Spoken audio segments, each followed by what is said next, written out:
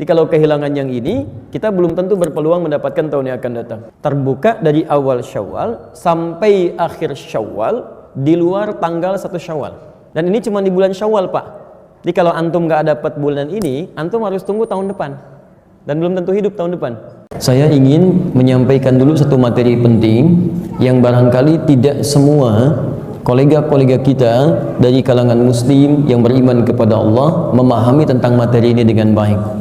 Sehingga kadang-kadang lupa, ya setelah selesai Ramadan, larut dalam kebahagiaan pasca Ramadannya, tapi lupa dengan satu amalan penting yang diisyaratkan oleh Al-Quran dan sunnah-sunnah Nabi. Amalan ini persis diisyaratkan di bulan yang sekarang tengah kita lalui.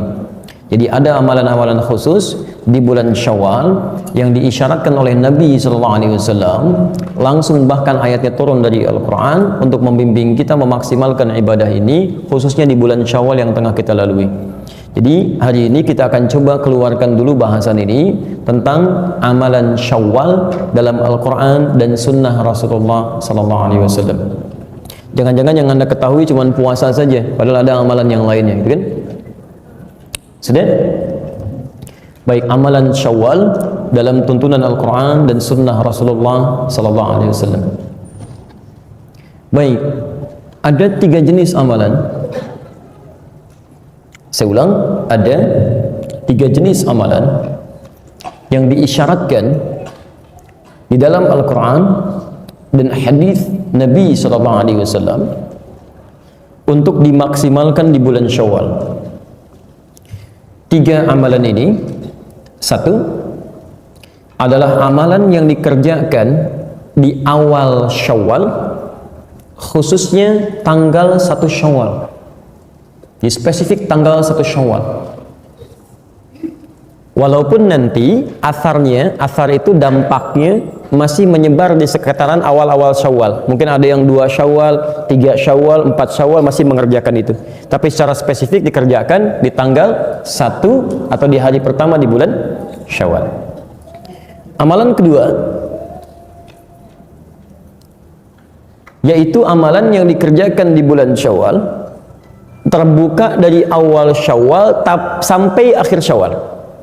Terbuka dari awal Syawal sampai akhir Syawal di luar tanggal 1 Syawal. Dari tanggal 2 sampai dengan akhir Syawal, misal 30 Syawal. Jadi kalau kemarin Ramadan 29 hari, berarti Syawalnya sekarang 30 hari. Jadi dari tanggal 2 sampai tanggal 30, ini terbuka amalan ini. Dan ini cuma di bulan Syawal, Pak. Jadi kalau antum nggak dapat bulan ini, antum harus tunggu tahun depan. Dan belum tentu hidup tahun depan. Ya, jadi kalau kehilangan yang ini, kita belum tentu berpeluang mendapatkan tahun yang akan datang. Yang ketiga, amalan yang dilakukan di bulan Syawal, tapi tidak dibatasi berhenti di akhir Syawal, berlanjut terus sampai pasca Syawal. Dimulai di bulan Syawal, saya dikerjakan, dimaksimalkan di bulan Syawal, diteruskan pasca Syawal. Ini cukup menarik urutannya nih ya. Kalau yang pertama pembuka Syawal, tanggal 1-nya aja atau awal Syawalnya. Yang kedua sampai akhir Syawal di luar tanggal 1-nya. Yang ketiga dimulai dari bahkan Syawal sampai lewat Syawal, Dzulqi'dahnya, Dzulhijjahnya, Al-Muharramnya sampai ketemu Syawal yang akan datang lagi. Paham sampai sini? Baik. Kita turunkan jenisnya. 1, ada yang di awal Syawal, terkhusus ya pada hari pertama atau tanggal 1 Syawal. Yang kedua, ada yang berlaku dari awal sampai akhir Syawal, kecuali tanggal 1-nya. Jadi tanggal 1-nya tidak dikerjakan. Dan yang ketiga, tidak dibatas dari mulai sampai awal Syawal, dari mulai Syawal sampai tidak terbatas sampai pasca Syawal, tidak terbatas. Ini 3 amalannya. Baik, kita turunkan pelan-pelan. Pertama, amalan di awal Syawal yang terkhusus tanggal 1 saja. Isyaratnya ada di Quran. Pertama, surah kedua Al-Baqarah ayat 185. Nanti kita bacakan keterangan hadis ya pasca ini dari keterangan Nabi SAW dalam Al-Bukhari. Kita lihat. Setelah Allah menerangkan tentang bulan Ramadan dan hukum Ramadan, syahrul Ramadan alladzi unzila fihi al-Quran hudan linnas, kan? Wa bayyinatin minal huda wal furqan. Kemudian terus setelah menerangkan hukum puasanya, Maka di ujungnya, lihat ujung kalimatnya, ujung ayatnya. Walitukabbirullaha ala ma hadakum wa la'allakum tashkurun. Apa tujuan kita menunaikan ibadah puasa? Setelah selesai kita berpuasa itu, supaya satu, kata Al-Quran, Anda bisa meningkatkan takbir atas hidayah yang telah Allah berikan selama Ramadan. Kemudian yang kedua, meningkatkan syukur atas segala nikmat pemberian yang Allah telah anugerahkan selama Ramadan. Selama Ramadan Allah berikan kita hidayah, petunjuk untuk berubah. Bukankah sebelum Ramadan, mohon izin ya, mohon izin, fokus salat kita kadang-kadang di fardu aja. Bahkan ketinggalan fardu pun perasaan kita masih biasa. Bukankah saat Ramadan itu muncul, jangankan fardu, salat sunnah ketinggalan aja kita merasa gelisah? Anda ketinggalan tarawih aja kan udah nggak tenang tidur kan? Udah, tarawih hukumnya sunnah kan? Kita dipaksa untuk berubah. Sebelum Ramadan ada orang minta di depan mata kita, belum tentu diberi. Tapi saat Ramadan kan yang nggak minta pun Anda catat, Anda cari. Dari mana fakirnya, di mana miskinnya, saya pengen ikut bakti sosial. Ramadan tuh. Ya Allah kasih kita arah untuk berubah. Ya. Setelah kita mendapatkan petunjuk dari Allah, ada perubahan, ada kenikmatan ibadah dan sebagainya, maka selesai Ramadan, nanti ada ibadah-ibadah yang diminta oleh Allah untuk ditingkatkan, khususnya dimulai kemudian di awal Ramadan, di tanggal 1 pada khususnya. Nah, suasana ini, fokus, ini yang mau saya tunjukkan bentuk ibadahnya. Ternyata bukan dalam bentuk lisan saja, tapi nanti dilukiskan oleh Nabi SAW dalam sabdanya. Lihat kalimatnya, lis-shaimi farhatan. Bagi orang yang puasa itu akan punya dua kebahagiaan. Ya. Farhatun inda fitrihi. Lihat, farhatun inda fitri. Suasana ibadah ini disebut oleh hadis Nabi dengan istilah farhah. Farhatun, ibadah yang penuh dengan kebahagiaan. Inda fitrihi. Fitrun, kalimatnya fitrun. Hari pertama di bulan Syawal disebut dengan hari apa? Masih ingat? Oh, Lebaran apalagi. Baik. Coba lihat hari pertama di bulan Syawal. Baik. Ibu bapak kalau selesai Ramadan kemudian merayakan apa? Tuh, kalau merayakan baru tahu. Idul Fitri itu kapan? 1 Syawal. Jadi 1 Syawal disebut apa? Idul Fitri. Id Fitri. Tanggal 1 Syawal disebut dengan Id Fitri. Kembali kepada fitri. Fitrun. Bukan kembali cari fitri, bukan. Lihat sini. Kembali kepada fitri. Apa tafsiran dari fitri? Hadis Nabi. Dari mana tafsiran hadis Nabi ini? Dari ayat Quran. Ini mau saya terangkan. Jangan-jangan selama 1 Syawal kemarin kita tidak bisa memaksimalkan petunjuk Nabi ini, yang hasilnya seharusnya kita teruskan sampai hari ini. Walaupun itu dimulai ibadahnya di tanggal 1-nya saja. Paham? Baik. Lis-shaimi farhatan. Bagi orang yang puasa itu punya dua kebahagiaan. Amalan pertama ini disebut oleh Nabi sebagai amalan yang menghasilkan bahagia. Jadi orang mengerjakannya bahagia. Ini agak unik nih. Satu-satunya ibadah, kata Nabi, yang saat dikerjakan itu orang semua bahagia. Hampir nggak ada yang mengeluh, bahagia. Sebagai contoh begini, tidak semua ibadah ketika dikerjakan suasana hati bahagia semua, tidak semuanya. Bapak kalau sholat bahagia nggak? Halo? Ibu kalau sholat bahagia nggak? Enggak, Masya Allah. Mau bilang bahagia takut salah, mau bilang enggak keterlaluan gitu kan? Baik. Tapi begini, biasanya kalau orang bahagia itu, jangankan ditunaikan, dengar informasinya aja sudah gembira. Antum dapat berita, anak antum lahiran, baru beritanya aja, belum pegang anak ya kan sudah gembira kan? Jadi umumnya bahagia itu ketika mendapat infonya, walau belum dikerjakan, itu sudah ada rasa kepada hati. Kalau orang sholat bahagia, panggilan sholat apa? Adzan, dengar adzan ada pasti bahagia. Allahu Akbar, Allahu Akbar. Ya, kok udah 2 lagi? Cepet amat ya. Nah, ini ada menunjukkan suasana hati yang berbeda gitu. Jelas ya? Ada suasana hati berbeda. Ini ada yang unik. Tapi yang ini kata Nabi, baik yang khusyuk ataupun yang tidak khusyuk, itu ikutan bahagia Pak. 1 Syawal ini. Ini baik orang yang Ramadannya maksimal, yang tidak maksimal, pokoknya ketika sampai 1 Ramadan, itu sama ikut bahagia. Apa amalannya? Baik. Kata Nabi, farhatun inda fitrihi. Amalan yang pertama, kebahagiaan itu diraih ketika dia menemukan fitrinya. Ini. Apa tafsiran dari fitri, teman-teman sekalian, Bapak dan Ibu? Itu bisa dibagi kepada 3 amalan utama berdasarkan ayat dan hadis Nabi SAW. 3 tafsiran ini. Tafsiran pertama, 1, bisa diartikan dengan makanan. Makanan. 1. Di kata fitrun ini seakar dengan kata futur. Kemudian prakteknya disebut dengan iftar. Iftar. Bukankah antum saat puasa kalau masuk maghrib kan disebut iftar ya? Ya iftar dulu, iftar jema'i. Apa artinya iftar? Asalnya bukan buka, asalnya makan. Gak pakai makan. Jadi makanan pertama kali yang dimakan, baik, makanan pertama kali yang dimakan, yang kita nikmati itu disebut dengan iftar. Ya jelas ya, makanya sarapan disebut futur dalam bahasa Arab, karena itu yang pertama kita makan. Di saat Anda puasa, Anda tahan lapar dan haus, tidak makan minum dari sejak subuh, kan? Kemudian sampai maghrib Anda makan, pertama kali Anda makan itu yang disebut dengan iftar. Padahal belum tentu kemudian, mohon maaf ya, yang kita nikmati itu bisa macam-macam, belum tentu semuanya sama. Tapi poinnya, kenapa disebut dengan iftar? Ingin menunjukkan ada sesuatu yang dimakan atau dinikmati. Bisa makanan, bisa minuman. Jelas sampai sini? Jadi, kalau disebutkan iftar, senilai dengan kata futur, akarnya dari kata fitron. Jadi kalau disebutkan fitron, ini bisa berarti pertama makanan atau minuman, tepatnya jamuan lah, ya, hidangan. Hidangan yang dimakan atau diminum. Fokus pelan-pelan. Saya beri pertanyaan singkat sederhana saja. Bapak Ibu kalau sedang buka, senang nggak waktu puasa kemarin? Saking senangnya, jangankan saat makan, dengar azan aja udah gembira. Silakan cek. Ini menu teh manis gitu kan. Kemudian ada jus alpukat, ada kolang kaleng, ada kolak macam-macam. Allahu Akbar, baru takbir, aus hilang. Begitu diminum dhahabat dhoma, tuh langsung hilang tuh, padahal baru satu tegukan. Ya, waqtalatil uruq, tenggorokan basah. Itu benar betul hadis Nabi itu. Begitu masuk teh manis baru seteguk, itu dhahabat dhoma, haus langsung hilang, tiba-tiba kayaknya sudah nikmat aja. Makanya Nabi sebutkan suasana orang saat buka puasa itu begitu gembira. Jadi kalau Anda boleh makan dari maghrib saja, hanya sampai menjelang subuh begitu gembiranya, maka bagaimana kalau hidangan itu ditampilkan dalam bentuk seharian? Boleh makan dari subuhnya, makan sebelum subuhnya sampai isyanya. Dan menunya sangat lebih variatif lagi. Menu di hari pertama Syawal beda dengan menu saat kita buka di hari-hari Ramadan. Menunya lebih banyak lagi, bahkan yang nggak ada diada-adakan, bahkan terjadi banyak keanehan. Luarnya kongwan, isinya rangginang. Cuma di sini. Makanya disebut ini oleh Nabi SAW, ini puncak kebahagiaan.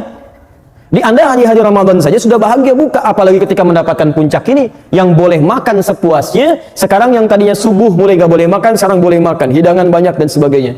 Maka amalan ini disebut oleh Nabi SAW sebagai amalan puncak kebahagiaan. Saya mau tanya kepada Bapak Ibu, apakah harus orang khusyuk yang menikmati kebahagiaan untuk makan ini? Tidak, mau yang khusyuk, mau yang tidak, mau yang puasanya belum dibayar, mau yang sudah sempurna semua, ketika masuk Idul Fitri pertama kali, ini pasti semuanya bahagia. Maka dari itu, amalan sunnah pertama, ketika masuk momentum di hari pertama Idul Fitri ini, di hari pertama bulan Syawal, ini amalan utamanya menampilkan kebahagiaan dalam bentuk bisa berbagi dengan sesama. Ini amalan pertama. Ini.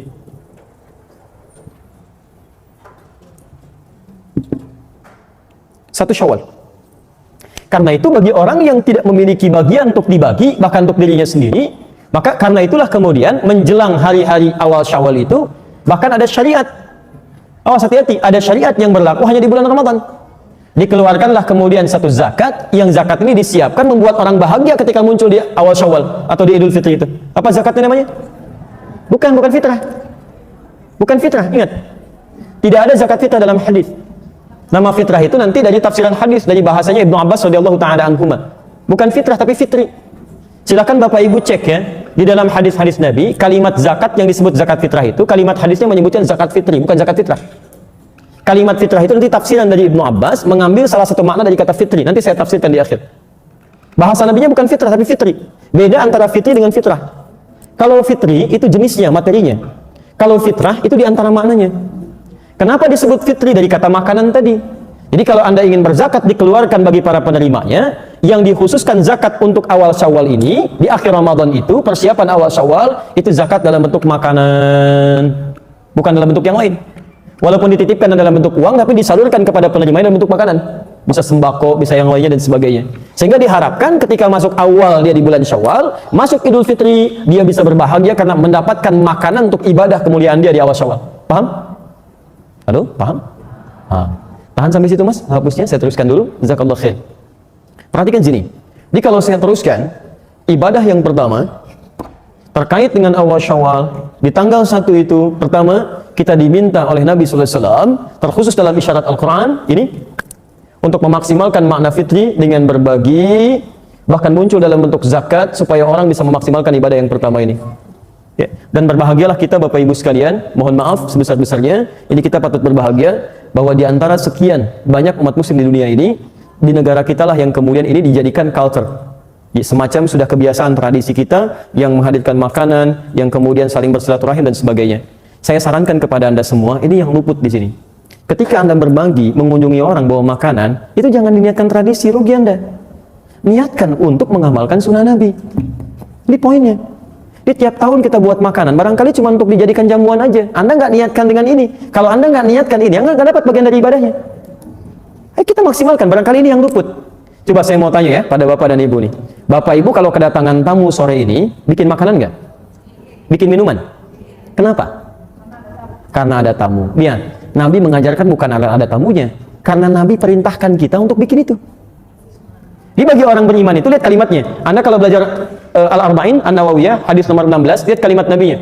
Man kana yu'minu billahi wal yaumil akhir falyukrim dhaifah. Siapa yang merasa beriman pada hari Allah dan hari akhir, maka muliakan tamunya. Jadi saat kita menyambut tamu dengan makanan itu bukan karena tamunya mau datang, karena Allah perintahkan kita untuk bikin makanan. Kalau Allah nggak perintahkan, sekalipun dia datang serombongan, saya nggak akan bikin kalau Allah nggak perintahkan. Tapi karena Allah perintahkan saya bikin makanan, saya buatkan. Karena Nabi perintahkan saya hidangkan minuman, saya perintahkan.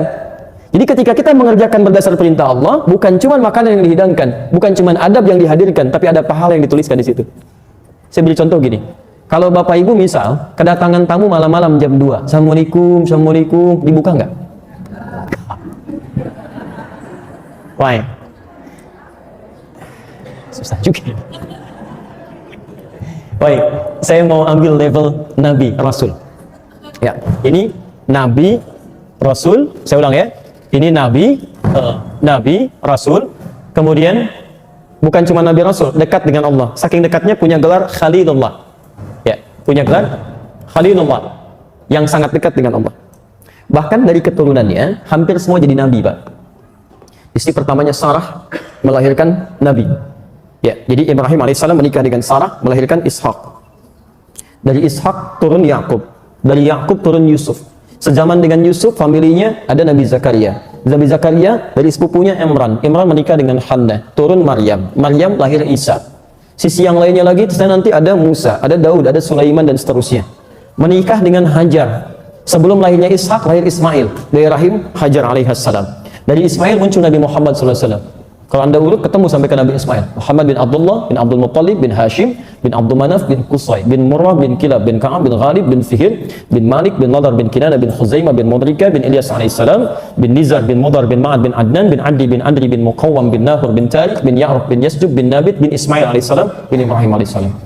Saya ingin katakan, ada seorang Nabi, seorang Rasul, dekat dengan Allah, surganya jelas, anak-anaknya hampir semuanya Nabi dan Rasul. Begitu kedatangan tamu malam-malam, diterima oleh beliau.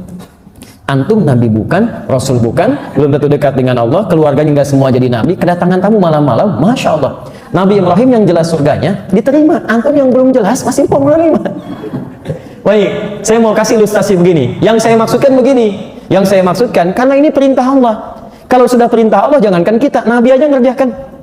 Quran surah 51, ayat 24. Sampai ayat 30-nya. Posisi paling kanan sebelah bawah. Lihat, saya bacakan ayatnya. Hal ataka hadithu dhaifi Ibrahim al-mukramin. Pernahkah Anda dengar kisah tentang Nabi Ibrahim yang kedatangan tamu malam-malam? Tapi dimuliakan. Idh dakhalu alaihi faqalu salama. Tiba-tiba masuk malam-malam, kalau kita ilustrasikan bukan tamu biasa, bukan 1-2 orang, agak banyak. Taruhlah rambutnya agak panjang, jubahnya putih gitu kan. Tengah malam.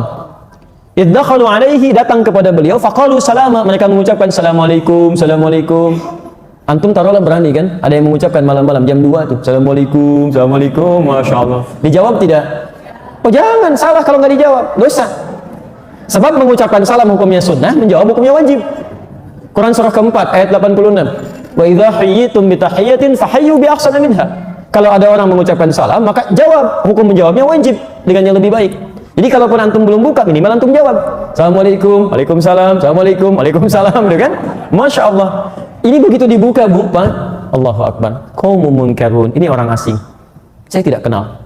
Kalau orang asing berarti capek, bukan orang sini. Telah menempuh perjalanan panjang. Perhatikan, saya ingin tunjukkan bagaimana seorang Nabi Ibrahim ini begitu sangat dekat dengan Allah sampai memuliakan tamunya luar biasa.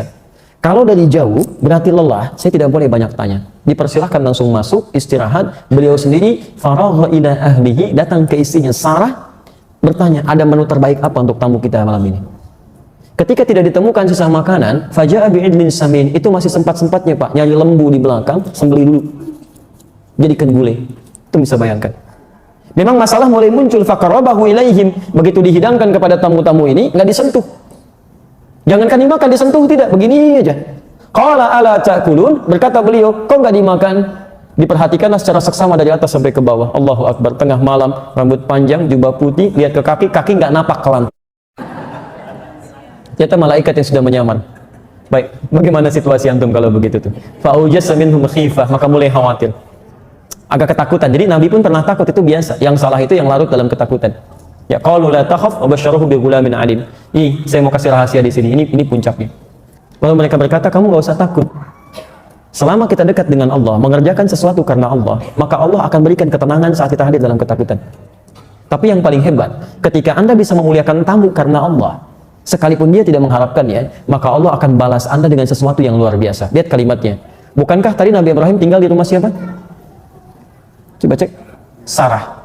Sarah punya anak atau tidak? Punya. Siapa nama anaknya?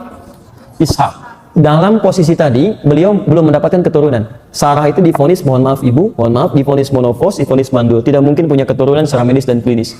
Begitu Nabi Ibrahim mengamalkan amalan tadi, lihat, memuliakan tamu, dilakukan karena Allah, tiba-tiba tamu itu mengatakan, "Wabasyaruhu bighulamin alim." Allah balas kebaikan Anda dengan memberikan kabar. Anda akan punya anak dari Sarah, anak yang sangat cerdas.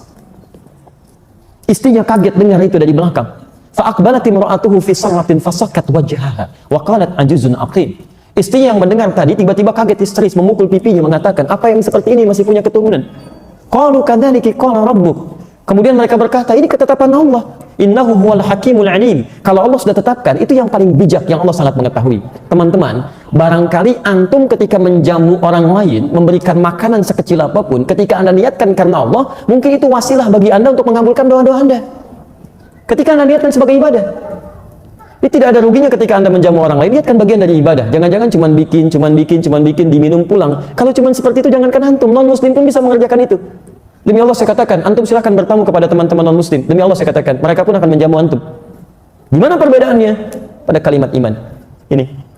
Maka niatkan, itu spirit tanggal 1 Syawal itu, spiritnya adalah contoh kepada kita, agar berbagi kebahagiaan dengan siapapun, dan diniatkan ini, sebagai ibadah karena Allah Subhanahu wa Ta'ala. Ini poin. Coba antum yang masih mengunjungi itu, kunjungi paman, kakek, nenek, ibu, ayah, bawa makanan, bawa macam-macam, diniatkan apa itu? Ini bagian pertama. Ini sudah disambung dengan takbir. Ya. Perbanyak takbir, perbanyak takbir. Hari pertama, hari keberapa kita bertakbir di bulan Syawal? Hari pertama. Awas jangan terlampau soleh ya. Hari pertama. Kalau Idul Adha tambah hari kedua ya, hari ke-11, 12, 13. Jadi 10 Dzulhijjah antum takbir, 11 takbir, 12 takbir, 13 takbir. Yang bersama-sama di masjid dan sebagainya. Tapi kalau Idul Fitri, spirit takbirnya di hari pertama. Allahu Akbar, Allahu Akbar. Coba tunjukkan pada saya. Demi Allah saya katakan, saking bahagianya orang takbir, jangankan nunggu subuh, habis maghrib pada takbir Pak. Jangankan orang dewasa, anak kecil yang gak ikutan puasa, ikutan takbir. Makanya benar ketika Nabi menyebutkan suasana fitri itu suasana kebahagiaan, dihadirkan dengan ini. Tapi yang mau saya tunjukkan, coba cek ya, sampai hari ini. Tadi kan saya katakan, ini amalan di hari pertama, tapi akarnya, dampaknya terus melewati waktu-waktu pasca hari pertama, kedua, dan seterusnya. Sekarang perhatikan, mohon izin, fokus. Takbir ini disebutkan oleh Quran, ala ma hadakum, setelah Allah memberikan hidayah untuk kita berubah. Jadi ketika Anda mengatakan Allahu Akbar, itu kalimat di lisan, komitmen supaya Anda bisa berubah. Jadi lebih baik. Jadi kalau lisan Anda mengatakan Allahu Akbar, Allah, tapi Anda nggak mau berubah pasca Ramadan, Anda butuh kalimat apa lagi? Fir'aun saja nggak sanggup mengucapkan Allahu Akbar, padahal Allah kirimkan 2 nabi. Sekarang Anda, Nabi Muhammad cuma 1, sudah meninggal, lisan Anda digerakkan mengucapkan kalimat takbir. Anda bisa mengucapkan, tapi Anda nggak mau berubah. Anda perlu dikasih apa lagi? Coba cek Fir'aun. Ya, Quran surah ke-20. Ayat ke-43 sampai 44. Ini makhluk paling buruk, paling zalim. Mengaku Tuhan, ana rabbukumul a'la. Hobinya sembelih bayi, Bu. Quran surah kedua ayat 49. Bukan sembelih biasa. Yudzabbihuna abna'akum, kalau ada perempuan mengandung ditunggui sampai lahiran, nanti yang masih darah itu kalau laki-laki langsung dibanting ke bawah, langsung digorok begini. Disembelih itu ada dua dalam bahasa Arab, Pak. Ada nahara, ada zabaha. Inna a'tainakal kautsar, fasholli li rabbika. Nah, nahara itu sembelih unta yang tidak dijatuhkan. Jadi kalau antum sembelih unta, unta itu nggak dijatuhkan dulu, langsung disembelih dalam berdirinya. Kalau yang pakai bolok besar langsung begini, kalau yang kecil ditempel sedikit, cari nadinya langsung dipotong begini, disembelih. Tapi kalau zabaha, nggak pakai tasydid, zabaha itu artinya disembelih dengan dijatuhkan dulu. Makanya kambing, sapi, kerbau, ayam dan sejenisnya itu dijatuhkan dengan cara yang baik baru disembelih. Kalau tidak pakai tasydid, zabaha berarti sekali sembelihan. Jadi kalau nyembelih cuma begini, selesai. Makanya kata Nabi, idza dzabhtum fa ahsinudz dzibhah. Tidak pernah menggunakan tasydid. Kalau Anda sembelih, baguskan sembelihan. Jadi tajamkan pisaunya. Itu pun tidak boleh dilakukan di depan hewan.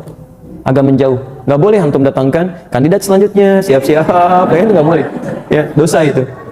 Ya, nanti bulan depan kita belajar fikih Idul Adha. Nah ini fa ahsinudz dzibhah. Jadi langsung sembelihan. Tapi kalau Anda tambahkan tasydid begini, dzabbaha itu artinya mengulang-ulang, menggorok berlangsung berurutan terus gini. Menggorok dengan berlanjut. Coba cek. Algojo Fir'aun itu ketika dilukiskan oleh Quran menyembelih itu bukan menggunakan nahara tapi dzabaha dan pakai tasydid, dzabbaha. Dan kalimatnya bukan pakai fi'il madhi tapi mudhari, menunjukkan terus-terusan, yudzabbih. Quran surah kedua ayat 49. Posisi paling kiri sebelah atas. Wa idz najjaynakum min ali fir'auna yasumunakum su'al 'adzab yudzabbihuna abna'akum, yudzabbihun. Ingatlah ketika kami selamatkan kalian dari kekejaman keluarga Fir'aun yang menyiksa kalian dengan siksa yang paling dahsyat. Lihat, begitu lahir, ambil, banting ke bawah, gorok terus-terusan begini. Ini Fir'aun.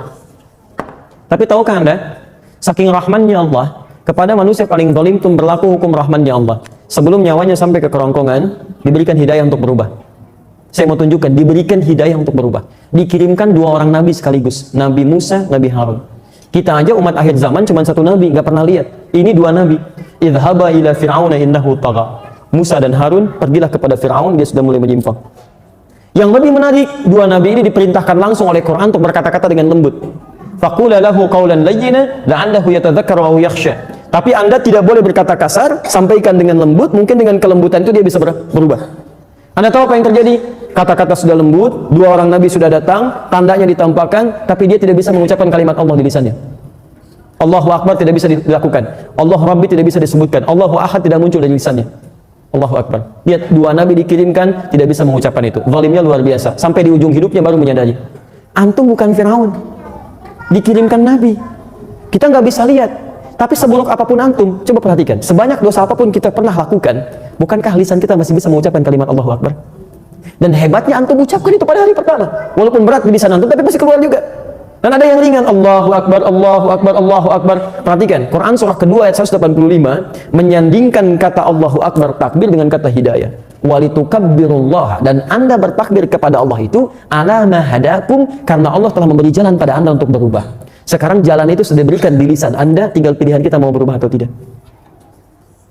Jadi kalau di hari pertama Anda bisa mengucapkan takbir, tapi hari selanjutnya Anda tidak mau berubah, padahal Allah sudah berikan jalan perubahan, maka Masya Allah, dengan cara apa lagi Allah tunjukkan kita untuk bisa berubah. Maksud saya begini, coba cek dari tanggal 1 Syawal sampai ke 20 Syawal ini, sudah 19 hari kita berlangsung, ada perubahan nggak dalam hidup kita? Coba cek dalam ibadahnya, sholatnya ada perubahan nggak? Ya, puasanya, sunnahnya, kemudian bacaan Qurannya, yang selama Ramadan kita dilatih, coba bandingkan perubahannya. Mohon izin ya, jangan membandingkan dengan saat Ramadan, itu salah. Bandingkan dengan sebelum Ramadan. Jadi kalau Anda sebelum Ramadan cuma baca Quran 5 ayat, saat Ramadan 5 juz, pasca Ramadan 50 ayat, artinya ada perubahan di situ. Kalau saat Ramadan wajar karena momentumnya berbeda, suasananya lain, semangatnya berbeda. Bandingkan dengan sebelum Ramadan, di situ kita mendapatkan bagian gambaran-gambaran kebaikannya. Paham sampai sini? Baik. Jadi itu yang kedua. Tafsir ketiga. Wala'allakum tashkurun. Orang yang berhasil kemudian puasa Ramadannya, dia membuktikan pada bulan Syawal dengan mengerjakan amalan Syawal, meningkat syukurnya kepada Allah. Ini poinnya. Kalimat syukur. Masya Allah. Ini kalau Anda belajar tafsir Quran dengan lebih dalam lagi, kita selalu menemukan bahwa pengetahuan kita itu selalu sempit. lebih luas lagi, lebih luas lagi, lebih luas lagi. Satu, tadi makanan. Poinnya bisa berbagi. Kedua, bisa mengucapkan takbir. Poinnya ada perubahan. Ini meningkat syukurnya. Lihat ujung ayatnya. Quran surah kedua ayat 185. Wala'allakum tashkurun. Dan supaya kalian bertambah syukurnya kepada Allah Subhanahu wa taala. Maaf, kalau syukur itu korelasinya dengan apa? Syukur korelasinya dengan apa? Saya berikan jalan keluar sedikit. Kalau sabar itu korelasinya dengan musibah. Begitu ada musibah, ada ujian, kita sabar. Rumusnya di Quran surah kedua ayat 156. Alladzina asabatuhum musibah, idza asabatuhum musibah qalu inna lillahi wa inna ilaihi rajiun. Siapa yang kena musibah itu? Yaitu orang yang sabar. Ayat 155-nya. Posisi paling kiri sebelah atas. Lihat kalimatnya. Wala nabluwannakum bisyai' minal khauf wal ju' wa naqsi minal amwal wal anfus wath thamarat wa basyiris sabirin. Sabar berbanding lurus dengan musibah ujian. Kalau syukur biasanya dengan apa? Nikmat. Dari mana taunya? Wallahu a'lam. Syukur berbanding lurus dengan nikmat. Dari mana taunya? Quran surah ke-14 ayat ke-7. Ibrahim. Quran surah ke-14 ayat ke-7. Lihat kalimatnya, la in syakartum la azidannakum. Kalau Anda bersyukur kepada Allah, maka nikmat Anda yang Allah berikan kepada Anda, yang Anda dapati akan ditambah. Nah, sekarang lihat rumusnya, kembalikan, ini tidak mudah memahami ya. Syukur korelasinya berbanding lurus dengan nikmat. Di awal Syawal, saat Idul Fitri itu diisyaratkan oleh Quran, Anda akan banyak bersyukur. Maka isyarat pertama, di awal-awal Idul Fitri itu, Anda kemungkinan akan memperoleh peningkatan nikmat. Silahkan cek. Bukankah saat awal-awal Idul Fitri ada yang bertambah dalam kehidupan kita? Baik. Makanan bertambah. Baik. Pakaian berganti, kan? Baik. Bukankah di awal Syawal Idul Fitri ada penambahan nikmat bagi kita? Ada kiriman makanan, ada pakaian, anak kecil dapat uang, dapat macam-macam dan sebagainya. Masya Allah, yang dapat anaknya, yang ngambil ibunya gitu kan, dan seterusnya. Baik. Kapan itu dapatnya? Idul Fitri. Tanggal berapa? 1 Syawal. Lihat, ini mau saya sampaikan. Korelasi nikmat yang diperoleh, yang dicontohkan miniaturnya di hari pertama bulan Syawal, tujuannya bukan untuk dikumpulkan. Jadi ketika Anda mendapatkan makanan, dapat uang, dapat ini, dapat itu, latihlah dari mulai dini kepada anak kita, termasuk pribadi kita. Semua titipan itu bukan untuk dibanggakan, tapi la'allakum tashkurun, untuk disyukuri. Dan persoalannya, ternyata bentuk syukur itu tidak hanya terukur dalam kalimat Alhamdulillah. Dapat ini, Alhamdulillah. Dapat ini, Alhamdulillah. Bukan itu poinnya. Tidak pernah disebutkan syukur dalam kalimat-kalimat fiqih kecuali menunjuk kepada, ini poinnya, ungkapan kebahagiaan atas nikmat yang diperoleh, ungkapan kebahagiaan atas nikmat yang diperoleh. Fokus betul ya. Dengan cara menggunakan nikmat dimaksud sesuai dengan ketentuan yang Allah tetapkan. Ungkapan kebahagiaan atas nikmat yang diperoleh dengan cara menggunakan nikmat dimaksud sesuai dengan ketentuan yang Allah tetapkan. Itu yang dimaksud dengan syukur. Pada awal Syawal, Idul Fitri, kita bahagia, senang karena umumnya mendapatkan penambahan nikmat. Nikmat dikunjungi, nikmat mendapatkan makanan, nikmat mendapatkan materi. Tapi pelajaran besarnya, kata Al-Quran, semua nikmat itu bukan untuk dikumpulkan, tapi untuk menjadi takaran bagi setiap nikmat yang Allah titipkan kepada kita, sejauh mana kita menggunakan nikmat itu pada ketentuan yang telah Allah berikan. Lihat aplikasinya. 1. Saya nggak mau jauh-jauh dulu ya. Saya belum mau ke harta, belum mau ke pakaian, belum mau ke perangkat kehidupan kita. Perhatikan, nikmat kesehatan, nikmat tidak? Nikmat. Mata yang sehat itu nikmat, lisan yang sehat itu nikmat, sampai ke ujung kaki. Pernahkah kita melihat sisi penjelasan dalam Al-Quran bahwa orang syukur dengan nikmat kesehatan dirinya adalah ketika perangkat tubuhnya digunakan pada sesuai dengan ketentuan Allah? Coba cek lagi, jangan-jangan selama ini mata kita tidak pernah digunakan sesuai ketentuan Allah. Sering saya ulang kalimat-kalimat ini. Orang beriman itu beda dengan yang belum ada iman dalam dirinya. Orang beriman itu ketika dia lihat di Quran, demi Allah saya katakan, semua ayat terkait dengan kondisi tubuh kita dan fungsi alat tubuh kita, itu umumnya dimulai dengan kalimat iman. Umumnya, mata. Saya sering kali ungkapan ini. Quran surah ke-24 Ayat 30 untuk ikhwan laki-laki, ayat 31 untuk yang akhwat perempuan. Ketika menyebutkan mata, bukan untuk melihat. Qul lil mu'minina yaghuddu min absarihim. Katakan pada pria yang punya iman. Imannya dulu disebutkan. Kalau yang enggak beriman, itu urusan dia. Tapi bagi yang beriman, ini ada aturan.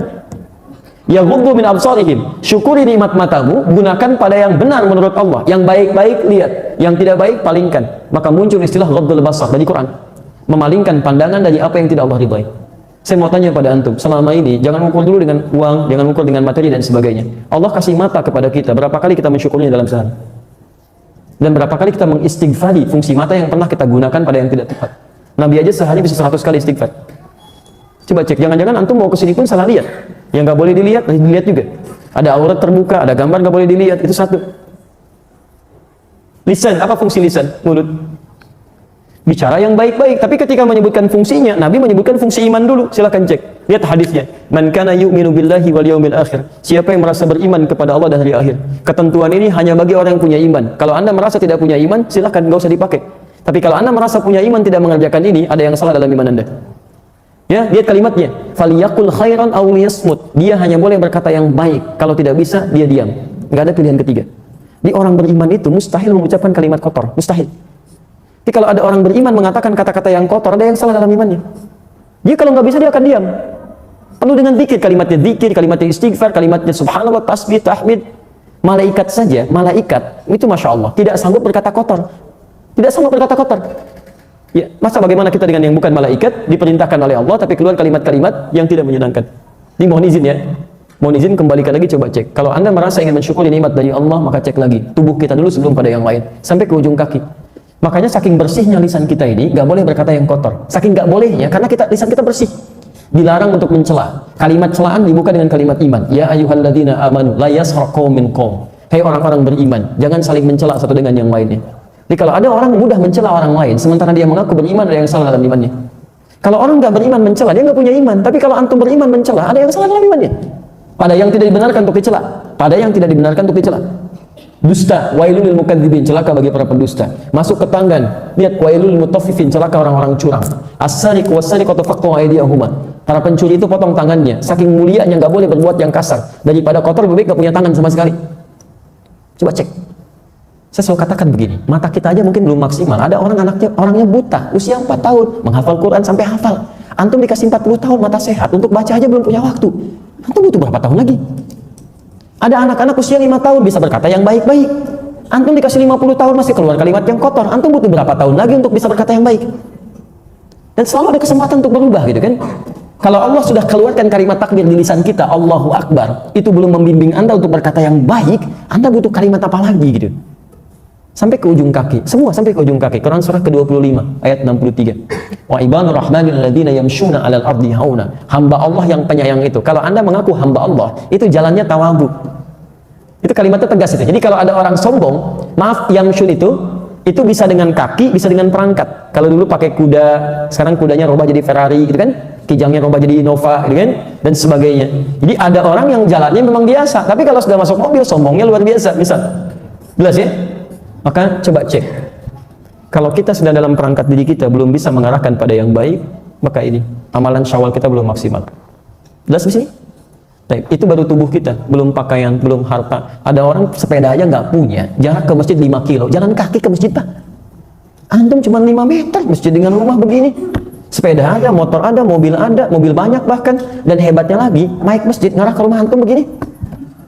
Antum belum kedengaran juga dan belum mau melangkah juga. Antum butuh apa lagi sebelum mau ke masjid? Nah, ini poinnya. Jadi, amalan yang pertama, spirit jadi tanggal 1 itu adalah menunjukkan satu adanya perubahan. Ya, pada diri seorang muslim, dia bahagia ketika masuk tanggal 1 Syawal, bukan bahagia karena puasanya selesai. Ya, nggak ada sahabat bahagia karena puasa selesai. Semua sahabat itu setelah puasa selesai justru menangis, menantikan setiap hari itu bisa Ramadan semuanya. Nggak ada yang bahagia. So, kebahagiaan itu ketika mereka mendapatkan nilai-nilai tadi. Bahagia ketika disebut oleh Nabi bisa berbagi. Bahagia karena mendapatkan petunjuk untuk berubah. Bahagia karena mulai bisa mensyukuri apa yang telah Allah titipkan. Coba cek, jangan-jangan kita bahagianya semuanya. Cuma dengan pakaiannya, cuma dengan makanannya, cuma dengan segalanya. Tapi tidak tampak perubahan dalam diri kita. Maka apa yang kita banggakan di hadapan Allah? Mana kebahagiaan itu?